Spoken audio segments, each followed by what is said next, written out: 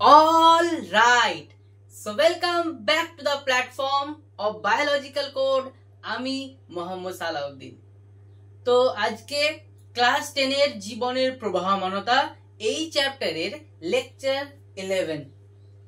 আজকের লেকচারে আমরা আলোচনা করব জনক্রম বা যাকে বলা হচ্ছে অল্টারনেশন অফ জেনারেশন। এই সম্বন্ধে আমাদের আজকের ক্লাস।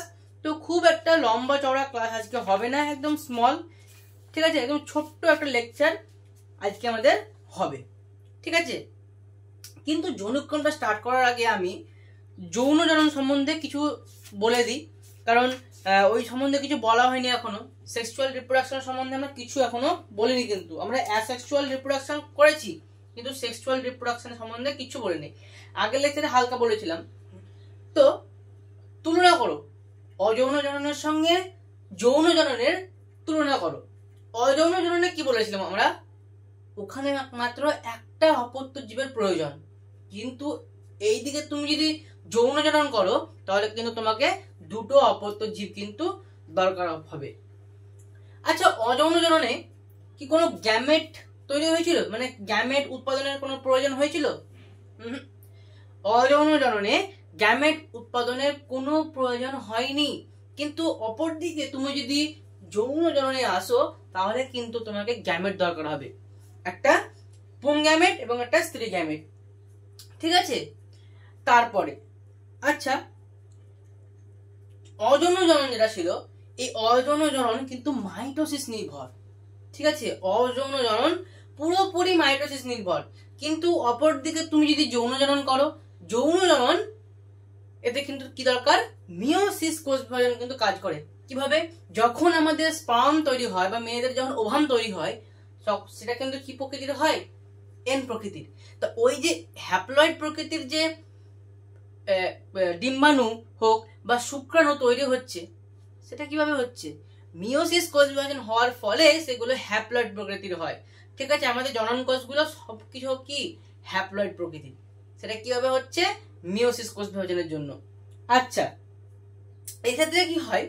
অযৌন জননের ক্ষেত্রে যে অপত্য জীব আমরা পাই, জনিত্রী থেকে যে অপত্য জীব তৈরি হয়, অযৌন জননে একদম হুবহু কি হয়? মায়ের অনুরূপ। যেহেতু মাইটোসিস নির্ভর, অযৌন জনন যেহেতু মাইটোসিস নির্ভর, তাই জনিত্রী জীব থেকে যে অপত্য জীব তৈরি হয় এটা কিন্তু একদম হুবহু কি হয়? এরা একদম অনুরূপ হয়, মায়ের অনুরূপ হয়।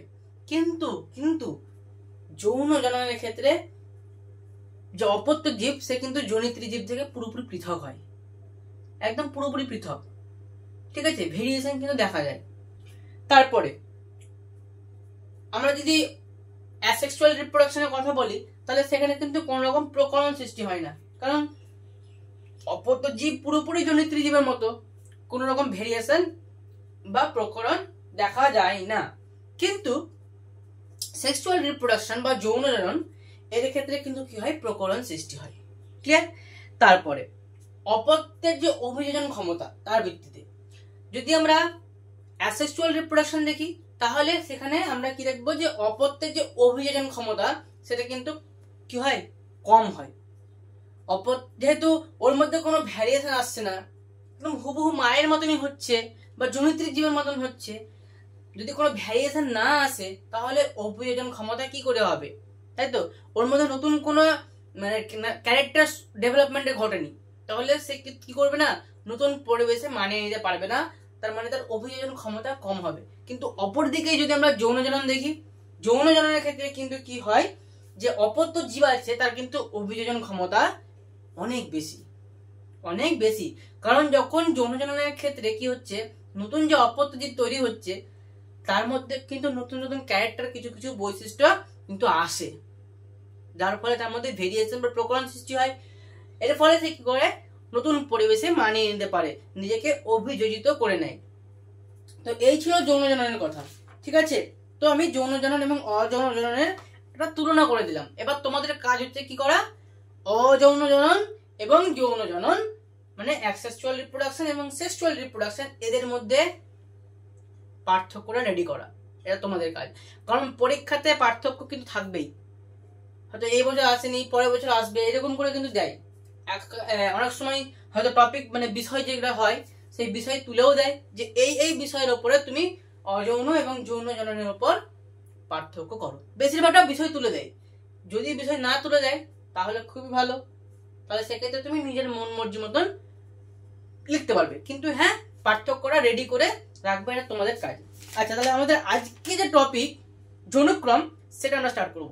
দেখো ফার্স্ট যে কোশ্চেনটা আসে আমাদের যে দাদা যৌনক্রম জিনিসটা কি, আর দেখো যৌনক্রম যাকে বলা হচ্ছে কি অল্টারনেশন অফ জেনারেশন। যৌনুর ক্রম, যে যৌনু সেই যৌনুর ক্রম। দেখো উদ্ভিদের ক্ষেত্রে কি হয়, ধরো এটা একটা উদ্ভিদ, যে কোনো একটা উদ্ভিদ, ক্লিয়ার? এবার কি করলো, এ তৈরি করলো রেণু, ক্লিয়ার? রেণু থেকে তৈরি হয় আর একটা লিঙ্গধর যৌনু বলি, আমি লিঙ্গধর যৌনু বলছি, ঠিক আছে? বাস হ্যাঁ, লিঙ্গধর যৌনু। এরপরে কি হবে, এই লিঙ্গধর যৌনু থেকে আবার বিভিন্ন প্রসেসের মধ্যে, যেগুলো আমি বলছি না এখন, এরপরে আলোচনা করব। তো উদ্ভিদ কি করলো, রেণু তৈরি করলো, ঠিক আছে, এবং সেখান থেকে লিঙ্গধর যৌনু তৈরি হলো, এবং এরপরে আবার কিছু প্রসেস আছে, সেই প্রসেসের পর আবার সেখান থেকে একটা অপত্য জীব তৈরি হবে, মানে অপত্য উদ্ভিদ তৈরি হবে, এবং এই প্রসেস কিন্তু সাইক্লিক ভাবে চলতে থাকবে, ক্লিয়ার? তো এই যে আমি উদ্ভিদটা বলছি যেখান থেকে রেণু তৈরি হলো, উদ্ভিদের এই দশাকে বলা হয় কি রেণুধর দশা। রেণুধর দশা বা রেণুধর যৌনু, যা বলবে তুমি। একে বলা হয় কি স্পোরোফাইটিক, একে বলা হয় কি স্পোরোফাইটিক জেনারেশন।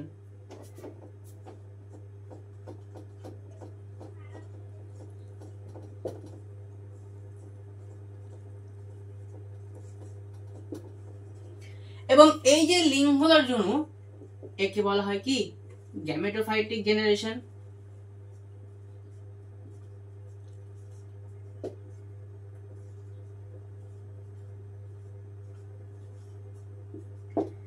নিশ্চয়ই ক্লিয়ার? তো দেখো উদ্ভিদ হোক বা বিভিন্ন জীবী হোক না কেন, আমরা এই যে একটা সাইক্লিক দেখতে পাবো প্রসেস দুটো যৌনুর মধ্যে। এখানে এই যে উদ্ভিদ, তার যে রেণুধর দশা বা রেণুধর যৌনু, এটা কিন্তু কি প্রকৃতির হচ্ছে, এটা হচ্ছে ডিপ্লয়েড প্রকৃতির। Diploid means two N. কিন্তু যখনই এখান থেকে রেণু তৈরি হয়ে গেল, যখনই এখান থেকে রেণু তৈরি হয়ে গেল, এই রেণু কিন্তু হয় এন প্রকৃতির। মানে এর মধ্যে কি চলে, তাহলে 2n থেকে n হয়ে গেল, তার মধ্যে এখানে কি হলো, মিওসিস কোষ বিভাজন হলো। কি হলো, মিওসিস সেল ডিভিশন। এবং এর ফলে এই যে লিঙ্গধর যৌনু আসছে রেণু থেকে, এই যে লিঙ্গধর যে যৌনুটা আসছে বা লিঙ্গধর যে দশাটা আসছে, এও কিন্তু এন প্রকৃতির বা হ্যাপ্লয়েড প্রকৃতির হয়।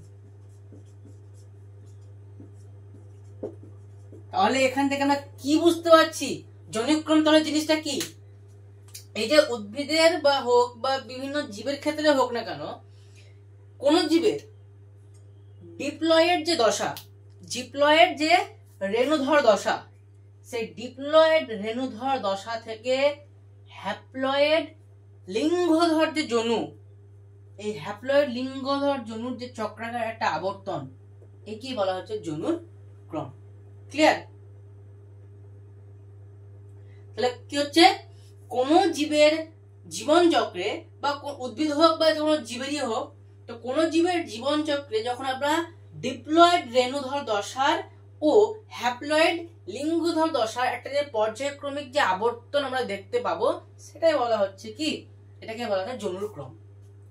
এখানে দুটো যৌনু আসছে, একটা আমরা দেখতে দেখো মিওসিস পর্যন্ত, মিওসিস পর্যন্ত এতদূর পর্যন্ত কি ছিল, ডিপ্লয়েড ছিল, কিন্তু যখনই মিওসিস হয়ে গেল সেখান থেকে আমাদের হ্যাপ্লয়েড কিন্তু যৌনু চলে এলো।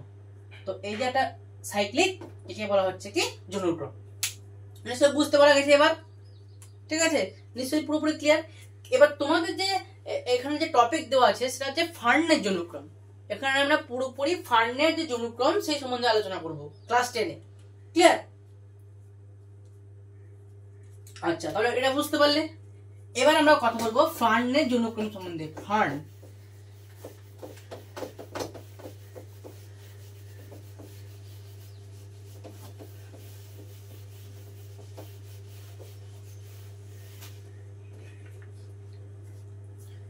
তো যৌনক্রম, এখানে কার সম্বন্ধে কথা বলবো বললাম? ফার্ন। ওকে, ক্লিয়ার? তো প্রথমত কি হয়, একটা স্বাভাবিক ফার্ন যে উদ্ভিদ থাকে আমাদের থাকে, তো প্রথমে আমি সিম্পল মানে ফার্ন বলে নয়, প্রত্যেক উদ্ভিদের ক্ষেত্রে কমন ধরছি, তারপরে একটা চিত্র দিয়ে আমি ফার্নের যৌনক্রম দেখাবো। তো প্রথমে কি হয়, একটা রেণুধর দেহ আমরা পাই যে কোনো উদ্ভিদের।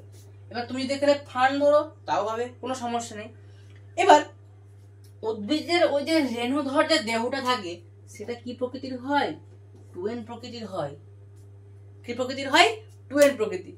এবার উদ্ভিদ থেকে আমরা এবার উদ্ভিদ দেহ থেকে কোথায় যাব, মানে উদ্ভিদের যে রেণুধর দেহ সেখান থেকে চলে যাবো আমরা কোথায়, যেখানে উদ্ভিদের রেণু তৈরি হবে, অর্থাৎ তার রেণুস্থলী।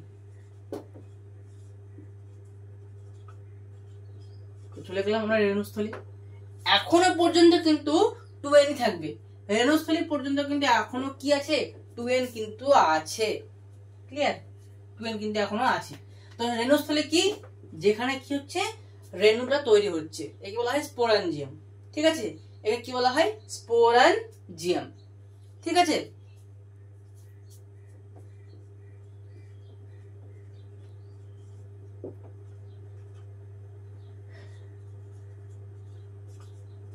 যেখানে রেণু কি হচ্ছে, তৈরি হয়। এবার এখান থেকে আমরা চলে যাবো কোথায়? এখান থেকে আমরা চলে যাবো রেণু মাতৃকোষে। ক্লিয়ার?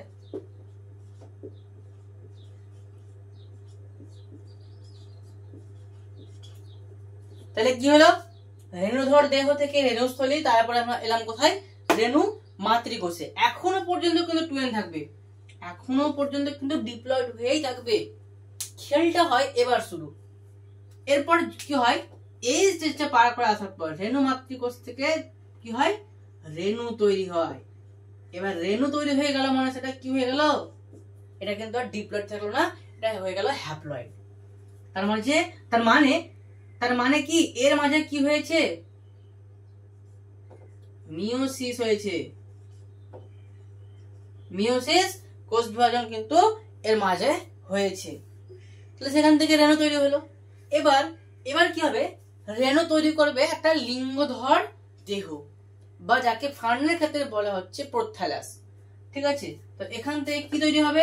লিঙ্গধর দেহ। অর্থাৎ কি হবে, এই স্টেজে এসে এবার লিঙ্গ নির্ধারণ হবে, মানে লিঙ্গ উদ্ভিদটা কি হবে, এখান থেকে তৈরি হবে। দেখো কি করে, তার রেণুধর দেহ যে স্টেজে এসে কি হয়, ধীরে ধীরে রেণু তৈরি হচ্ছে, এবং লিঙ্গধর দেহ মানে এবার দেখো এদের লিঙ্গ নির্ধারণ হবে। ঠিক আছে, লিঙ্গধর মানে পুরোপুরি একটা লিঙ্গধর দেহ থেকে কি হবে, এবার ধীরে ধীরে একটা উদ্ভিদের দেহ তৈরি হওয়া শুরু হবে। লিঙ্গধর দেহতে আছে আমরা দুটো জিনিস লক্ষ্য করবো। এবার কিন্তু এখানে এন চলবে পুরোপুরি, এখান থেকে পুরোপুরি হ্যাপ্লয়েড কিন্তু চলবে। লিঙ্গধর দেহতে এসে এটা দুটো ভাগে ভাগ হবে। কি জিনিস বুঝতে পারছো? একটা হচ্ছে পুংধানী আর একটা হচ্ছে স্ত্রীধানী। কি হচ্ছে, পুংধানী, আর একটা হচ্ছে কি স্ত্রীধানী। ক্লিয়ার? পুংধানী হলো, একটা হলো কি স্ত্রীধানী হলো।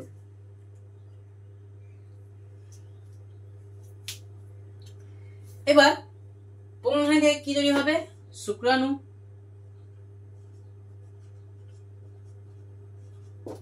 স্ত্রীধানী থেকে তৈরি হবে কি? ডিম্বাণু। শুক্রাণু তৈরি হলো কি থেকে? পুংধানী থেকে, এবং ডিম্বাণু তৈরি হলো স্ত্রীধানী থেকে। এবার কি হবে, দুজনের মধ্যে কি হবে? নিষেক হবে।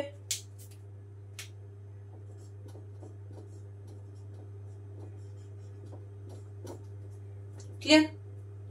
নিষেক হওয়ার পর এখান থেকে তৈরি হবে কি? জাইগোট।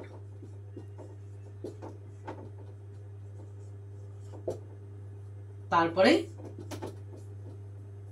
রেণুধর দেহ। এবার যখনই জাইগোট তৈরি হয়ে গেল সেটা হবে কি ডিপ্লয়েড প্রকৃতির, কারণ শুক্রাণু হচ্ছে এন এবং ডিম্বাণু হচ্ছে এন, তো এন এন একসঙ্গে মিলে জাইগোট হবে। এটা আমরা পুরোপুরি একদম আগের লেকচার সব করেছি ভালো করে, ঠিক আছে। এবার দেখো পুরোপুরি সাইকেলটাকে তোমরা ফলো করো। দেখো দুটো কমন জিনিস লক্ষ্য করো, মিওসিস যখনই হচ্ছে সেখান থেকে এন কিন্তু চালু হয়ে যাচ্ছে, এবং যখন নিষেক হয়ে গেল সেখান থেকে 2n। তাহলে এই দুটো স্টেজ কিন্তু দুটো আলাদা দশাকে কিন্তু কি করছে, আইডেন্টিফাই করছে না, ডিনোট করছে না। মিওসিস দেখো আলাদা একটা স্টেজ, নিষেক থেকে আলাদা একটা স্টেজ কিন্তু আসছে, ক্লিয়ার। তাহলে এই যে দশাটাকে পুরোপুরি আমরা কি করতে পারি, আলাদা করবো। দেখো এভাবে নিষেক থেকে এটা একটা আলাদা দশা এবং মিওসিস থেকে এটা একটা আলাদা দশা, মানে এই যে মিওসিস এবং নিষেক এরা কিন্তু কি করছে, এরা রেণুধর জনু এবং লিঙ্গধর জনুকে সেপারেট করছে, আলাদা করছে। তাহলে এই নিষেকের এই উপর থেকে কি হয়ে গেল, এটা হয়ে যাচ্ছে রেণুধর জনু। এটা কি হচ্ছে, এটা হচ্ছে রেণুধর জনু। এর নিচে যেখানে আমাদের এই যে লিঙ্গ নিধন হচ্ছে, শুক্রাণু ডিম্বাণু উৎপন্ন হচ্ছে, অর্থাৎ মিওসিসের পর এবং নিষেকের আগে পর্যন্ত, এটা হচ্ছে কি লিঙ্গধর জনু, এটা হচ্ছে লিঙ্গধর জনু, ক্লিয়ার। বাস এ হয়ে গেল জনুক্রম। এটা সিম্পল ভাবে আমি বললাম। এবার ফার্নের ক্ষেত্রে তোমরা নিজেদের মতন করে সাজিয়ে গুছিয়ে যখন পরীক্ষায় দেবে তখন কিন্তু লিখবে, ক্লিয়ার। রেণুধর দেহ ছিল মানে আমরা স্বাভাবিক একটা উদ্ভিদ, মানে একটা জনিত্রী উদ্ভিদ নিলাম, তাহলে সেখান থেকে কি হচ্ছে, তার রেণুস্থলী দেখাবো। রেণুস্থলী মানে হচ্ছে স্পোরাঞ্জিয়াম, ক্লিয়ার। রেণুস্থলী মিন্স কি, যেখানে উদ্ভিদের রেণু তৈরি হয়। তারপর সেখান থেকে যাবো রেণু মাতৃকোষ। এখনো পর্যন্ত 2n আছে, কিন্তু রেণু মাতৃকোষে কিন্তু কি হয়, মিওসিস হয় এবং সেখান থেকে রেণু তৈরি হয়। রেণুরা তৈরি করছে কি লিঙ্গধর দেহ, এবং লিঙ্গধর দেহ থেকে তৈরি হচ্ছে স্ত্রীধানী এবং একটা হচ্ছে পুংধানী। পুংধানী তৈরি করছে শুক্রাণু, স্ত্রীধানী তৈরি করছে ডিম্বাণু। এবার যখনই রেণু উৎপন্ন হচ্ছে সেখান থেকে কিন্তু মিওসিস চালু হয়ে যাচ্ছে, সবাই হ্যাপ্লয়েড হয়েই কিন্তু থাকছে। এবার শুক্রাণু হ্যাপ্লয়েড প্রকৃতির, ডিম্বাণু হ্যাপ্লয়েড প্রকৃতির। তো এরা যখন নিষেক হবে এদের, তখন সেখান থেকে ডিপ্লয়েড জাইগোট তৈরি হবে এবং জাইগোটটাই ধীরে ধীরে ধীরে ধীরে ডেভেলপমেন্ট হয়ে তৈরি করবে রেণুধর দেহ। এবং এই প্রসেস কিন্তু সব সময় সাইক্লিক ভাবেই পর্যায়ক্রমে এভাবে কিন্তু চলবে, একদম এভাবে কিন্তু পর্যায়ভাবে চলবে, ক্লিয়ার। এবার দেখাবো আমি চিত্রের সাহায্যে পুরোপুরি তোমাদেরকে আমি ফার্নের যে জনুক্রম সেটা পুরোপুরিটা চিত্রের সাহায্যে দেখাবো। তার জন্য ভিডিওটাকে আমি একটু পজ করছি, কারণ আমি যখন ছবি এঁকে দেখাই তাহলে অনেকটা বড় হয়ে যাবে, তাই ভিডিওটাকে একটু পজ করবো, নিয়ে তোমাদেরকে আমি ছবিটা এঁকে ভালোভাবে বোঝাবো।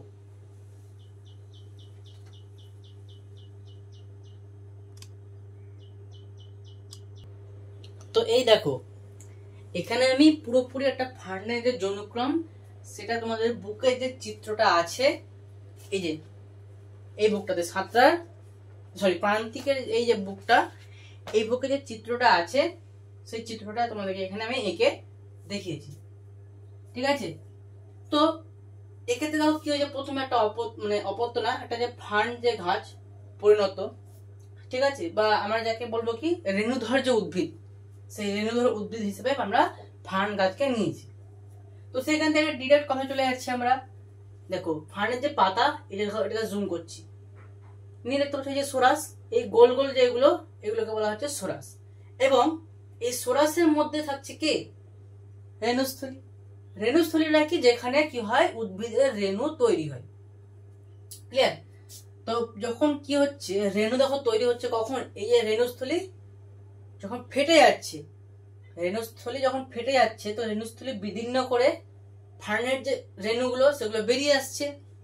এবার রেণু বেরিয়ে আসার পর এরা তৈরি করছে প্রোথালাস। কি তৈরি করছে বললাম, প্রোথালাস বা একটা লিঙ্গধর উদ্ভিদ।